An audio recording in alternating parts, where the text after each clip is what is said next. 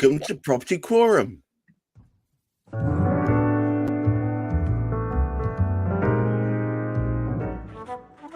As ever, we're joined by the three intrepid travellers in property. Of course, our tame lawyer, Juliet Baboolal of gunnercooke, the incredible man himself, Hamish McLay,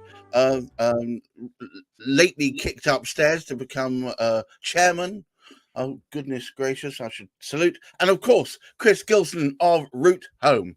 And today we are going to be talking about all things to do with property. We have a wonderful topic to talk about. Before we do any further, I'm going to introduce our special guest, Luke Curtis of Vast. Is it Vast or V-A-S-T?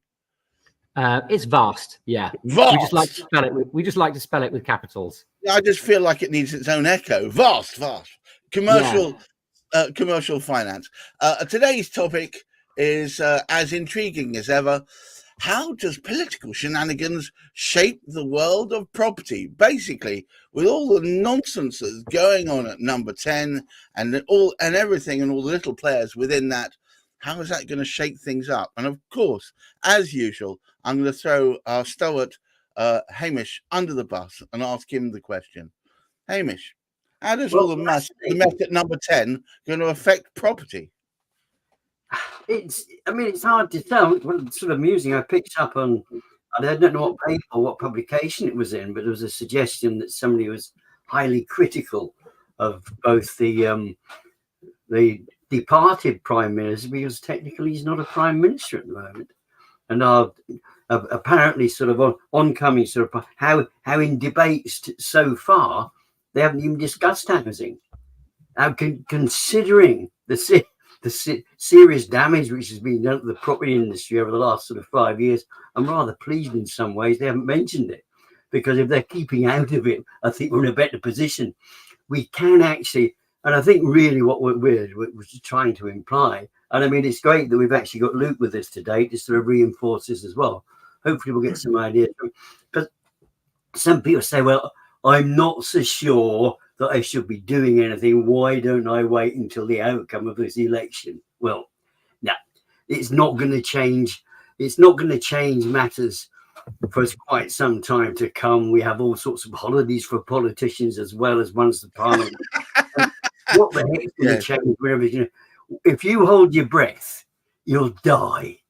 So just get on and get something done, I think, is the whole thing we want to speak about today. Well, that's what I'm hopeful we can speak about today. Well, look, I'm going to immediately throw this at the feet of Juliet. Juliet, I mean, surely once the world has come to the realization that once again this latest crop of politicos have done nothing as far as building new property is concerned, won't there be yet another uproar? Well, absolutely. And it happens time and time again. And I think what this sort of uncertainty or the shenanigans bring is a lot of fear of the unknown. I mean, Right. You've got foreign investors who are sort of saying, I saw an article yesterday, someone said, they wanted to invest 30-40 million on a site in central London. They are foreign investors, very wealthy, but they view England as having its doomsday at the moment. And so they're steering clear. So there is a lot of fear there, fear of the unknown. I mean, I saw another article saying they intend to add VAT onto private school fees, which again is a whole other issue, because it does knock on to the property market, because you've got a lot of foreigners sending their children to school in the UK. Potentially you've got 3 children at private school, you add VAT onto that, and they think, well, actually, why not send our child to boarding school somewhere else, that doesn't attract those kinds of fees. So it breeds a lot of unknown. I haven't heard anything about the affordable housing, etc., or these bankrupt councils and how we intend to deal with that. So there are a lot of holes, but there always are. And I think we as a people need to be less brainwashed and go in with our thinking caps and actually look at it holistically, because ultimately we're the ones who end up paying, irrespective of who wins the election. Wow. All right. Well, sad indictment on us all. Chris says nothing to fear but fear itself. Is that true? Oh God, that's a good Stoic philosophy. Yes. Yeah. This may sound a little contentious, but I just don't watch the news. I won't read a paper. I won't listen to the radio, and that's not to say that I don't keep up with current affairs, but the genuinely important things, my peers will have conversations around me, and we'll have discussions and debates around those topics. And so it's probably a good thing that housing's not really up on the agenda, because I guess the politicians are kind of keeping their head below the parapet with this one. That we all know what the challenges are, and we've already boiled it down on this topic a number of times, and it really is around relaxing and, I guess, to some level deregulating the planning system to allow the development of the hundreds of thousands of homes that are still missing from our stockpile. So it does seem nuts, though, Chris, that we've got an ever increasing population and just nowhere near enough places for them to lay their weary heads. No, it's the reason for the prevalence and the professionalization of, for example, the HMO, the housing multiple occupancy industry, repurposing houses into something else that can fit multiple people in a home.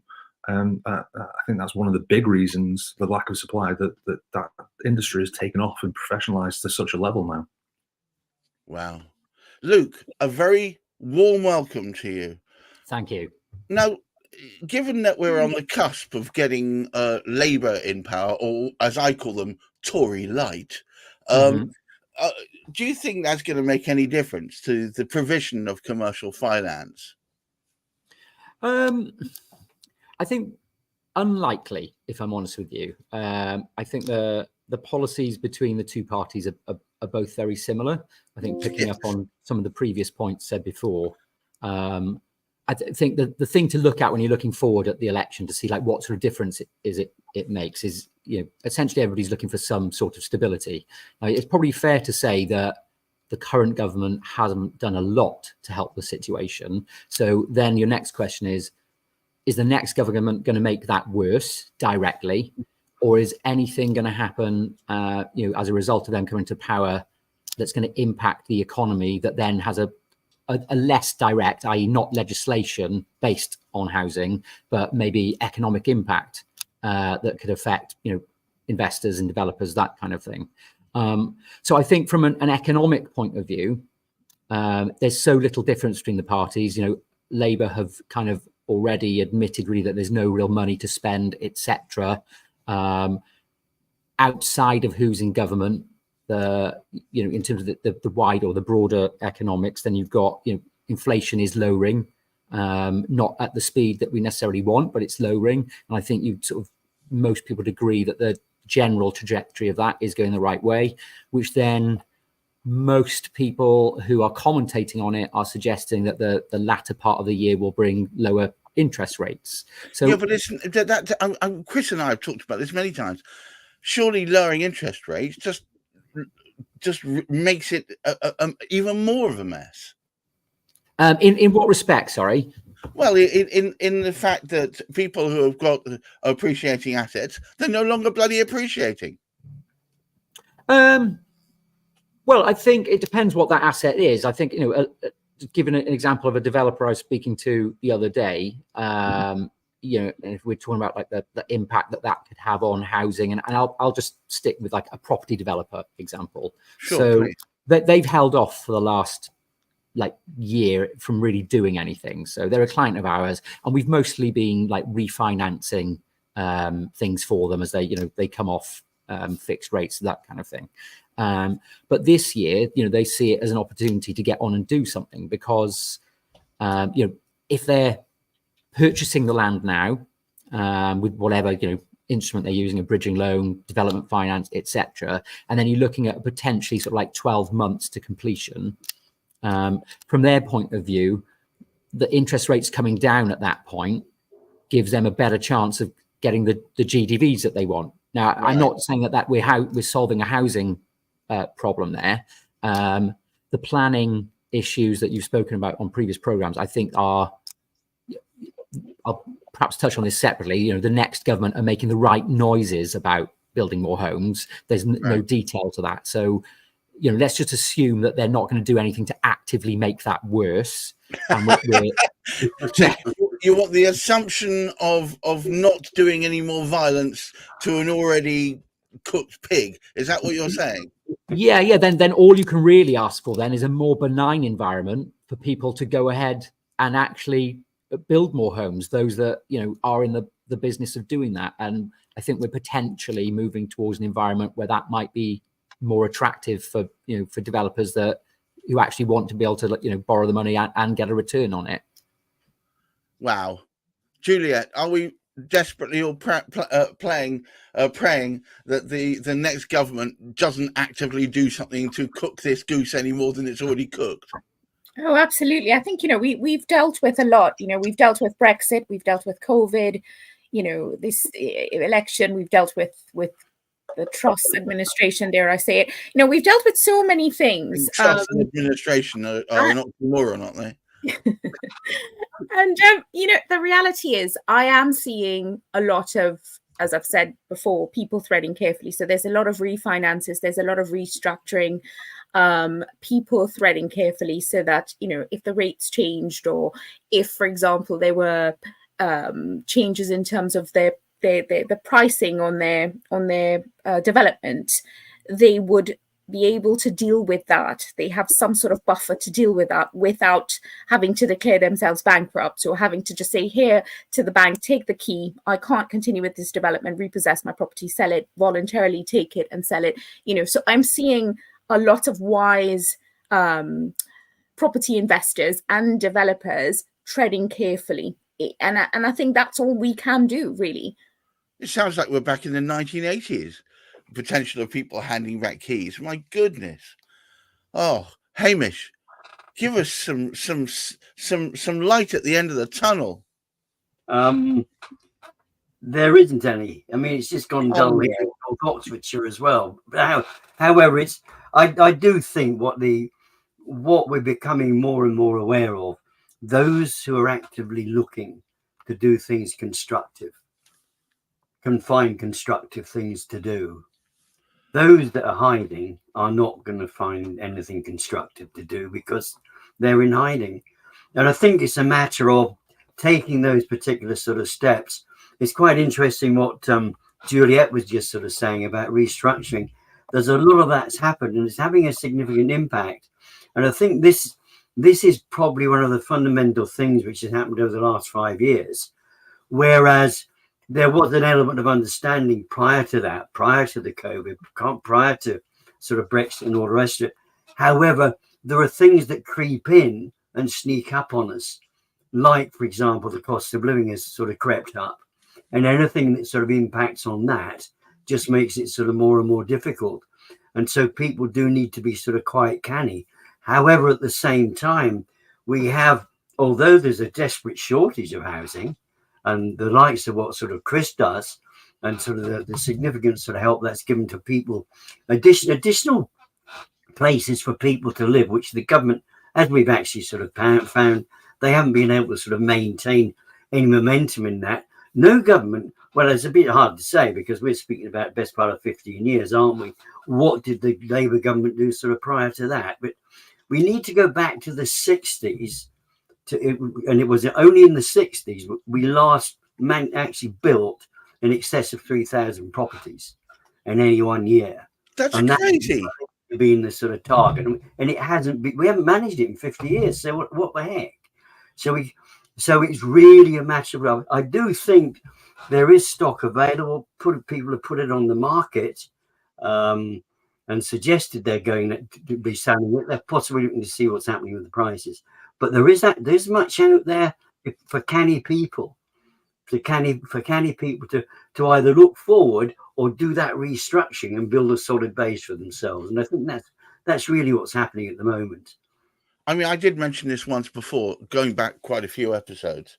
There's a whole bunch of fallow office stock that could be theoretically restructured. I think Chris said it would just be ridiculously onerous to do so, but it's still there, sitting there empty, with slightly reduced payments coming in from it. I mean, can we not do something with that, Hamish? Well, the thing is, I'm probably not the one to ask about that, because one of the things that came to mind immediately when you spoke about that is the number of properties we see in high streets now, which the ground floor is there for commercial purposes. Right. And all above it, we have these places are sat there empty, right, that people could be using, and much development could go on in those with sort of reuse, restructure, and so there is potential. However, I think it rather depends. I don't know. I mean, obviously, someone like Chris is going to know better. Yeah, I'm going to drop Chris right in it then and ask him. Those are the two that can actually. Is this a financially viable step to actually sort of take on board these particular types of properties? I don't know. Chris, what do you think? Yeah, Hamish just said the magic words. It's financial viability. So these projects, they have to be profit making for anyone in a private industry. Right. It's a different kettle of fish if it's like housing associations or government bodies that can amortize the cost over a long period of time and take the financial hit in the short term. But the reality is, any private business that's operating, they need to be making a profit. If they run out of money, how are they going to feed their workers, feed their staff, feed the directors? They have to be commercially viable. So you have to hit those GDVs on the back end. You have to be able to sell or refinance at a certain level and get your money back out and recycled. Right. It's got to work for the developer who's coming into it, and the costs have escalated. Thankfully, the cost of money's coming down with the interest rates coming down, with the swap rates coming down. But yeah, you've got to be getting your money back out. Otherwise, what's the point? So brownfield sites are a great target for lots of developers. You mentioned high street units with shops and tops. There are big office blocks in other brownfield sites, but they may be zoned incorrectly or ideal, but just in the wrong location from a residential perspective.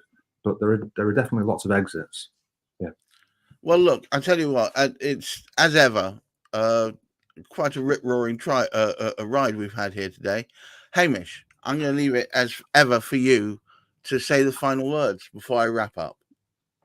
Well, I think what we can actually sort of say, there is light. There always is light if you're looking for it, and you will find it. It might need to be a little bit more guarded, but it's been the case throughout the last 5 years with this government anyway, that people have had to be guarded in terms of moving forward. So I think that is going to continue. And there's still a bubble there. I mean, this 2024 started much more effectively than any of the sort of alleged pundits were saying. These experts, they got it all completely wrong. And I don't think what it is, people are being much more aware. They're not listening to the media. I mean, it's more sort of heartfelt what they're actually sort of doing, what they're. And there are so many great professionals out. I mean, this is one of the great examples of what we see when we have these particular sort of gatherings. We have professionals, and professionals are always going to find a way.